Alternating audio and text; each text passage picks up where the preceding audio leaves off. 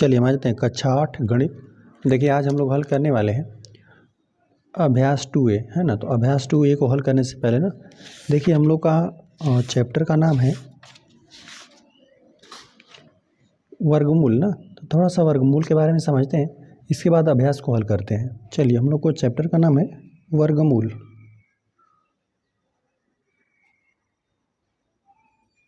देखिए हम लोग ना जब भी किसी संख्या का पहले थोड़ा सा वर्ग हम लोग समझ लेते हैं। देखिए यदि हम 2 का वर्ग कर दें ना तो वर्ग का मतलब होता है इसी संख्या का इसी संख्या में गुणा। ठीक है, हम लोग लिख देते हैं 2 का वर्ग। ठीक है, वर्ग हम लोग कर लेते हैं, इसको इस तरह सिंबल से दिखाते हैं। 2 का वर्ग इस तरह से हम लोग पढ़ते हैं। ठीक है, 2 पर घात 2 है, मतलब 2 का 2 बार गुणा हुआ है ना, जो कि आता है हम लोग का 4। ठीक है, यदि ऋण 2 का भी वर्ग करें ना, हम ऋण 2 का वर्ग, ठीक है, तो ऋण 2 का 2 बार गुणा। ठीक है, ऋण 2 गुणते ऋण 2 है ना, ऋण का आपस में गुणा होकर ही धनात्मक हो जाएगा और 2 दूना 4 होगा। ठीक है, तो हम लोग देख रहे हैं ना 2 का वर्ग करें या फिर हम लोग ऋण 2 का वर्ग करें। ठीक है, तो हम लोग को दोनों तरह से हम लोग को 4 ही मिल रहा है। ठीक है, किसी भी संख्या का आप वर्ग करेंगे ना तो आपको हमेशा एक धनात्मक संख्या ही मिलेगी, है ना।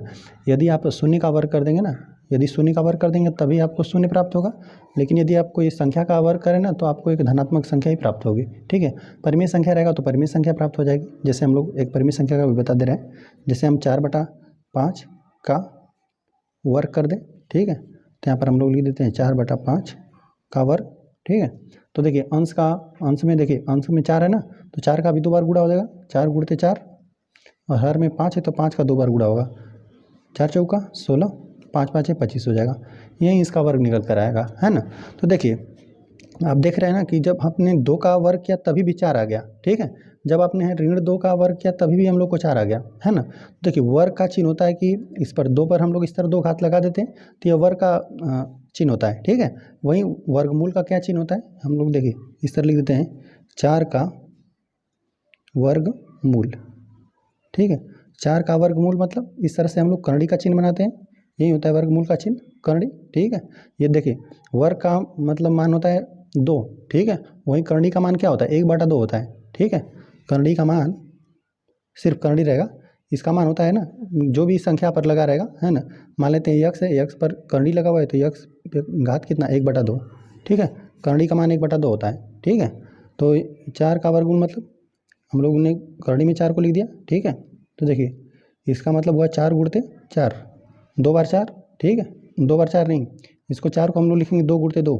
ठीक है, तभी ना 2 दूना 4 हो जाएगा। ठीक है, देखिए 2 बार आपको जोड़ा रहता है ना, मतलब 2 बार है तो इसमें से आप 1 2 ले लेंगे।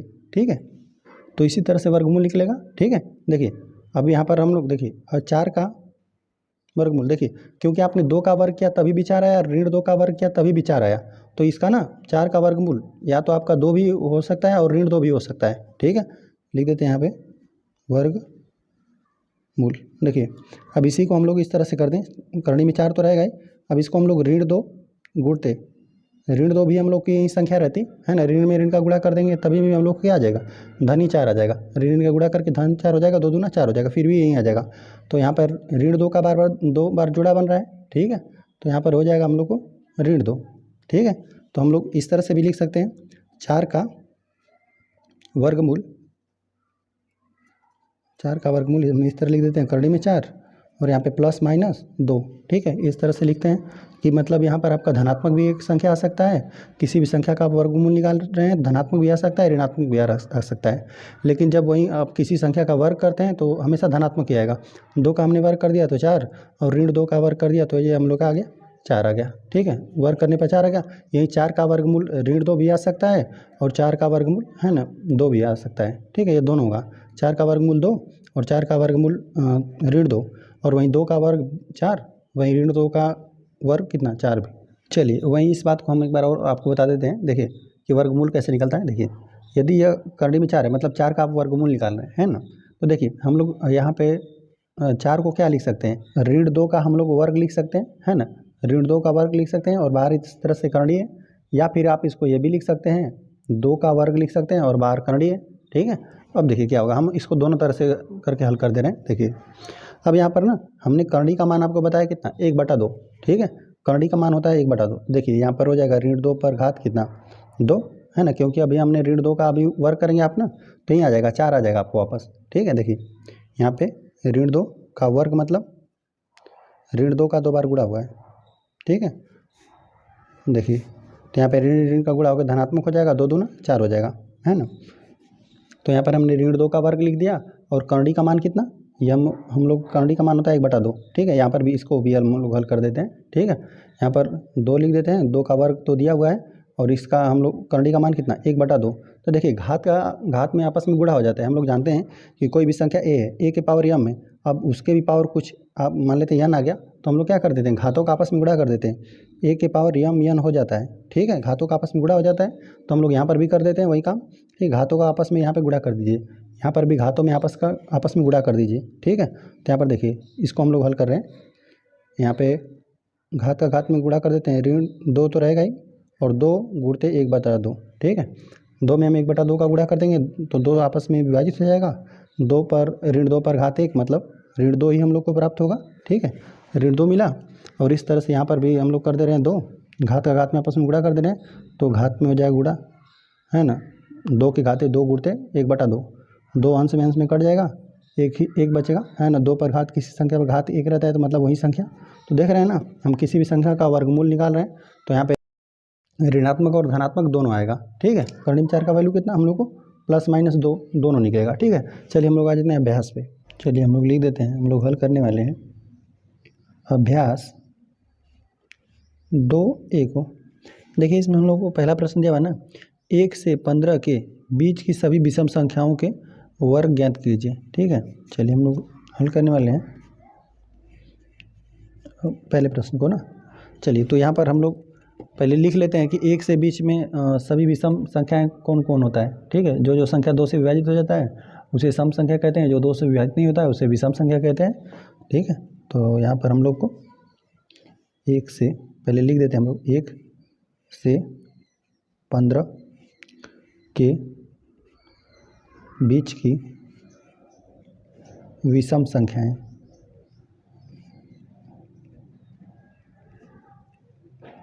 चलिए ये यहाँ पर हम लोग लिख देते हैं, जो कि हम लोग का एक तो 1 और 15 के बीच में बताना है, तो 1 और 15 भी नहीं होगा, हम लोग को क्या होगा 1 से 2 भी नहीं हो सकता क्योंकि 2 सम में आएगा, 3 होगा। ठीक है, 4 को भी नहीं ले सकते। ठीक है, क्योंकि 4 सम हो जाएगा, 5 हम लोग का विषम होगा। ठीक है, 6 को भी नहीं ले सकते, 6 2 से विभाजित है, सम हो जाएगा 6, फिर 7 को हम लोग ले लेंगे, फिर 8 को भी नहीं ले सकते, 9 को, फिर 10 को भी नहीं ले सकते, 11 को, फिर 12 को भी नहीं ले सकते, हम लोग लेंगे 13 को, फिर 14 को भी नहीं ले सकते और 15 को भी नहीं, क्योंकि 15 तो विषम तो होगा 15, लेकिन इसके हम लोग को बीच में ही करना था। ठीक है, तो यही हम लोग को संख्याएं मिली 3, 5, 7, 9, 11 और 13 मिला। ठीक है, चलिए बारी बारी से हम लोग सबका वर्ग कर लेते हैं। ठीक है, लिख देते हैं यहाँ पे 3 का वर्ग मतलब 3 का वर्ग, 3 पर 2 घात मतलब 3 का 2 बार गुणा, जो कि हम लोग को 9 प्राप्त होगा। और क्या है 5 है, हम लोग लिख देते हैं 5 का वर्ग, वर्ग का चिन्ह इस तरह बनाते हैं। ठीक है, 5 पर घात 2। ठीक है, अब यहाँ पर 5 का क्या हो जाएगा 2 बार गुणा, जो कि हम लोग का आ जाएगा 25, 5 5 25। अब चलिए 7 है, 7 का हम लोग वर्ग कर लेते हैं, 7 पर 2 घात मतलब 7 का 2 बार गुणा, 7 7 49 हो जाएगा। ठीक है, अब 7 का हो गया। चलिए अब हम लोग 9 का कर लेते हैं, 9 का वर्ग, 9 पर 2 घात, 9 का मतलब 2 बार गुणा, 9 9 81 होता है। ठीक है, अब आ जाते हैं 11, 11 का वर्ग। ठीक है, मतलब 11 का 2 बार गुणा, 11 गुणते 11, 11 का वर्ग 11 में करेंगे तो आपको 121 प्राप्त होगा। ठीक है, अब 13 का हम लोग वर्ग कर लेते हैं, 13 का वर्ग मतलब 13 का 2 बार गुणा, और 13 में 13 का वर्ग करेंगे ना तो आपको 169 आएगा। ठीक है, आप गुणा करके देख लीजिएगा, है ना। तो यही है हम लोग को 13 से 15 के बीच की सभी विषम संख्याएं हमने लिख दिया और यहीं पर सबका हमने वर्ग कर दिया, है ना। उस संख्या को उसी में गुणा कर लिया, तो इस तरह से हमने 3 का वर्ग 9 निकल कर आया, 5 का 25, 7 का 49, 9 का 81, 11 का 121, 13 का 169। इस तरह से पहला प्रश्न हम लोग का हल हो गया। आ जाते हैं क्वेश्चन नंबर 2 पे। क्वेश्चन नंबर 2 दिया हुआ है ना, निम्नांकित के मान बताइए, है ना। इस तरह से हमें कुल 4 प्रश्न दिया गया है, सभी यहाँ पे 56 का वर्ग मतलब 2 घात है, मतलब हम लोग को उस संख्या को उस संख्या में गुणा करना है। ठीक है, चलिए हम लोग हल कर लेते हैं। दूसरा वाले प्रश्न में पहला हल करेंगे। यहाँ पर दिया हुआ है 56 का वर्ग दिया हुआ है, ठीक है। चलिए यहाँ पर कोष्टक बना देते हैं, 56 का वर्ग है। चलिए किसी संख्या का वर्ग रहता है मतलब उसी संख्या का उसी संख्या में गुणा, 56 गुणते 56, है ना। जब आप 56 का 2 बार गुणा करेंगे ना तो 3136 आएगा आपको, ठीक है। 56 का 56 में आप गुणा कर लीजिएगा, ठीक है, 3136 आएगा। चलिए आ जाते हैं हम लोग सेकंड वाले प्रश्न पे। सेकंड वाला प्रश्न में दिया 65 का वर्ग, ठीक है। चलिए हम लोग 65 का वर्ग कर लेते हैं, मतलब 65 का 2 बार गुणा, जो कि आएगा हम लोग का 4225 आएगा, ठीक है। आप गुणा कर लीजिएगा, 65 का 65 में गुणा करेंगे ना तो आपको 4225 आएगा, है ना। चलिए आ जाते हैं हम लोग तीसरे वाले प्रश्न पे। तीसरा वाला प्रश्न हमें दिया हुआ है 65 का वर्ग, ठीक है। नहीं 65 नहीं, हम लोग को 82 दिया हुआ है, ठीक है, 82 का वर्ग है। चलिए तो यहाँ पर हमें 82 का वर्ग होता है 6000, नहीं हम पहले एक बार लिखिए, 82 गुणते 82 का 2 बार गुणा, ठीक है। तो जो कि आप गुणा करेंगे तो आपको 6724 आएगा, है ना। 82 का 82 में गुणा करेंगे तो आपका आएगा 6724। आ जाते हैं हम लोग चौथे वाले प्रश्न पे, जो कि हमें दिया हुआ है ना 75 का वर्ग, मतलब 75 का 2 बार गुणा, 75 गुणते 75, ठीक है। और देखिए हम लोग 75 का 75 में जब आप गुणा कर देंगे ना तो आपका आएगा 5625 आएगा, ठीक है। आप गुणा कर लीजिएगा इन सब संख्याओं में, ठीक है। वर्ग का मतलब यही होता है, किसी पर संख्या पर 2 घात रहता है मतलब उसी संख्या का उस संख्या में गुणा रहता है। हम लोग जानते हैं कि जैसे देखिए 75 यहाँ पर भी है, 75 यहाँ पर भी है, इस पर भी घात एक है, घात एक है, घातों को जोड़ देते तो वही 2 घात हो जाता है, इसी का मतलब होता है वर्ग, ठीक है। 75 किसी भी संख्या का वर्ग रहता है मतलब उसी संख्या का उसी संख्या में गुणा कर दीजिए, जो गुणनफल आ रहा है उसको लिख दीजिए। तो हम लोगों ने 56 में 56 का गुणा किया, 56 का वर्ग दिया था, 56 का गुणा किया तो गुणनफल हम लोग को निकल कर आया 3136। वही हमने 65 का वर्ग दिया था तो 65 में 65 का हमने गुणा कर दिया तो 4225 निकल कर आया।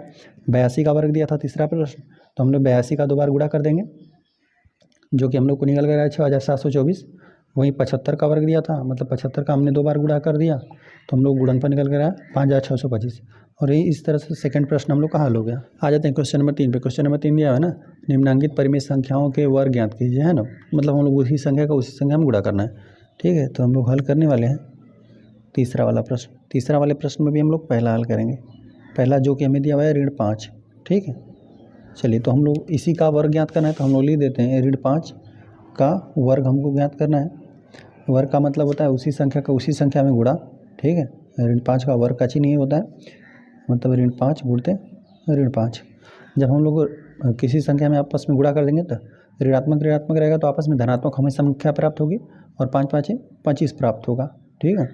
ऋण 5 का वर्ग करेंगे तो भी हम लोग को 25 मिलेगा। अभी 5 रहता है ना, धन 5 रहता है, उसका भी वर्ग कर देंगे तो हम लोग को 25 मिलता है। तो हम लोग को यदि 25 का वर्गमूल निकालना रहता है ना तो हम लोग को ऋण 5 भी मिलता है और धन 5 भी मिलता है, ठीक है। तो हम लोग को यहाँ पे ऋण 5 का वर्ग ज्ञात करना था तो हमने ऋण का 5 का वर्ग का इस तरह चिन्ह लगा दिया और उस संख्या को उस संख्या में गुणा कर दिया, ऋणात्मक ऋणात्मक गुणा धनात्मक हो गया और 5 5 25। आप किसी भी संख्या का आपको जब वर्ग निकालना रहेगा ना तो आपको हमेशा एक धनात्मक संख्या ही प्राप्त होगी, है ना। चलिए आ जाते हैं हम लोग सेकेंड वाले प्रश्न पे। चलिए हमें सेकेंड दिया हुआ 13/17, ठीक है, का वर्ग। चलिए 13/17 का वर्ग हो जाएगा, वर्ग का चिन्ह हमने लगा दिया और वर्ग हम लोग कर लेते हैं। वर्ग जब आप करेंगे ना तो अंश में भी करेंगे हर में भी करेंगे, दोनों का करेंगे, ठीक है। तो यहाँ पर हम लोग लिख देते हैं 13 गुणते 13 हो जाएगा, अंश में हर में क्या हो जाएगा 17 गुणते 17, ठीक है। 2 बार इसका गुणा हो जाएगा, 2 घात इस पर भी 2 घात इस पर भी 2 बार 13 गुणा। जब आप 13 में 13 का गुणा करेंगे तो आपको 169 आएगा, ठीक है। जब आप 17 में 17 का गुणा करेंगे तो यहाँ पे 289 निकल कर आएगा, ठीक है। और यही हम लोग का हो जाएगा, हमने 13/17 का वर्ग किया, ठीक है। तो वर्ग मतलब होता है इसी संख्या का इसी संख्या में 2 बार गुणा, ठीक है। तो हम लोगों को 2 बार 13 गुणा हो जाएगा तो अंश में 13 गुणते 13 लिख दिया हमने, 17 का वर्ग मतलब 17 गुणते 17 लिख दिया। 13 का वर्ग हम लोग को 169 निकल कर आएगा और 17 का वर्ग 289, ठीक है। आ जाते हैं हम लोग थर्ड वाले प्रश्न पे। थर्ड वाले प्रश्न में दिया हुआ है ऋण 6/7 दिया हुआ है, ठीक है। तो हम लोग लिख देते हैं इसी का वर्ग, है ना। तो चलिए हम लोग इसका भी वर्ग कर लेते हैं। देखिए यहाँ पर हो जाएगा ऋण 6/7 का वर्ग, मतलब ऋण 6/7 का ऋण 6/7 में गुणा। ठीक है, तो जब भी हम लोग ऋण का ऋण में गुणा कर देंगे तो ये एक हमें धनात्मक संख्या ही प्राप्त होगी। और अंश का अंश में कर देते हैं, 6 गुणते 6 हो जाएगा और हर में 7 गुणते 7, जो कि हमें प्राप्त होगा अंश में 6 6 36 हो जाएगा और हर में 7 7 49 प्राप्त हो जाएगा, है ना। यही ऋण 6/7 का हमें वर्ग निकल कर आया 36/49। आ जाते हैं हम लोग चौथे वाले प्रश्न पे। चौथा में दिया 15/19, 15/19 का हम लोग लिख देते हैं का वर्ग। ठीक है, तो हम लोग लिख देते हैं 15/19 का वर्ग का चिन्ह हम लोग लिख देते हैं, मतलब 15/19 का 2 बार गुणा। ठीक है, अंश का अंश में गुणा कर देते हैं, हर का हर में, अंश का अंश में कर दिया, हर का हर में कर देते हैं, 19 गुणते 19 हो जाएगा। 15 का वर्ग 15 का 15 में आप गुणा कर देंगे तो आपको 225 निकल कर आ जाएगा। ठीक है, और जब आप 19 का 19 में गुणा कर देंगे तो ये आपको 361 निकल कर आ जाएगा।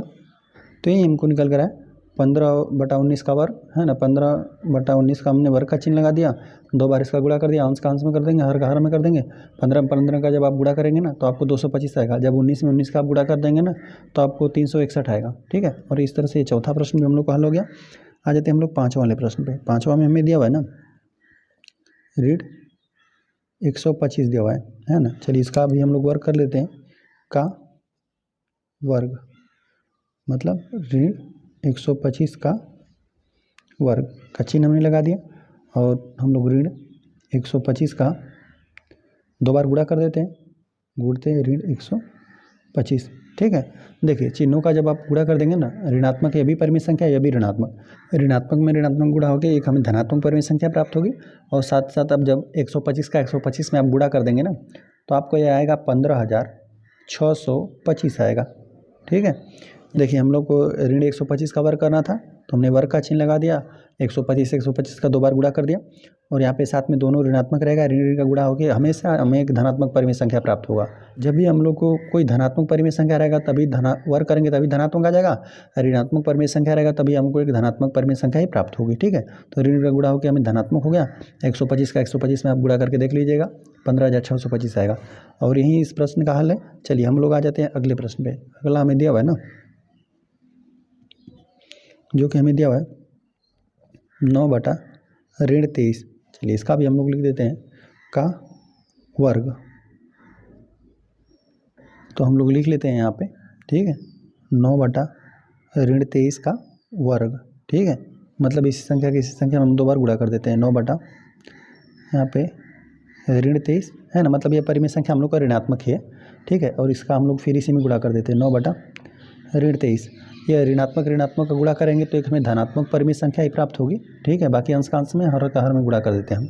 ठीक है, तो यहाँ पर 9 गुणते 9 हो जाएगा, अंश में 9 गुणते 9 और हर में कितना 23 गुणते 23 हो जाएगा। चलिए जब 9 का आप 9 में गुणा कर देंगे ना तो 9 9 81 हो जाएगा अंश में। ठीक है, जब हर का हर में गुणा कर देंगे तो आपका जैसे 23 का 23 में गुणा कर देंगे ना तो आपको 529 आ जाएगा, है ना। 2 9 रहेगा यहाँ पे, 9 529 रहेगा, 529 है हम लोग का। ठीक है, हमने 9/23 का वर्ग किया तो हम लोग हमेशा एक धनात्मक परिमेय संख्या ही प्राप्त होगा। 9 का हमने 9/23 था, इसका वर्ग किया, 2 बार इसको गुणा कर दिया, ऋणात्मक मिल के हमें धनात्मक परिमेय संख्या ही प्राप्त होगी। 9 का 9 में गुणा कर दिया और 23 का 23 में गुणा कर दिया, 9 का वर्ग 81 और 23 का वर्ग मतलब 23 का 23 में गुणा कर देंगे तो हमको 529 निकल कर आएगा। और इस तरह से यह प्रश्न हम लोग का हल हो गया। चलिए इस तरह से अभ्यास हम लोग का समाप्त हो गया। वीडियो पसंद आए तो चैनल को सब्सक्राइब जरूर करें।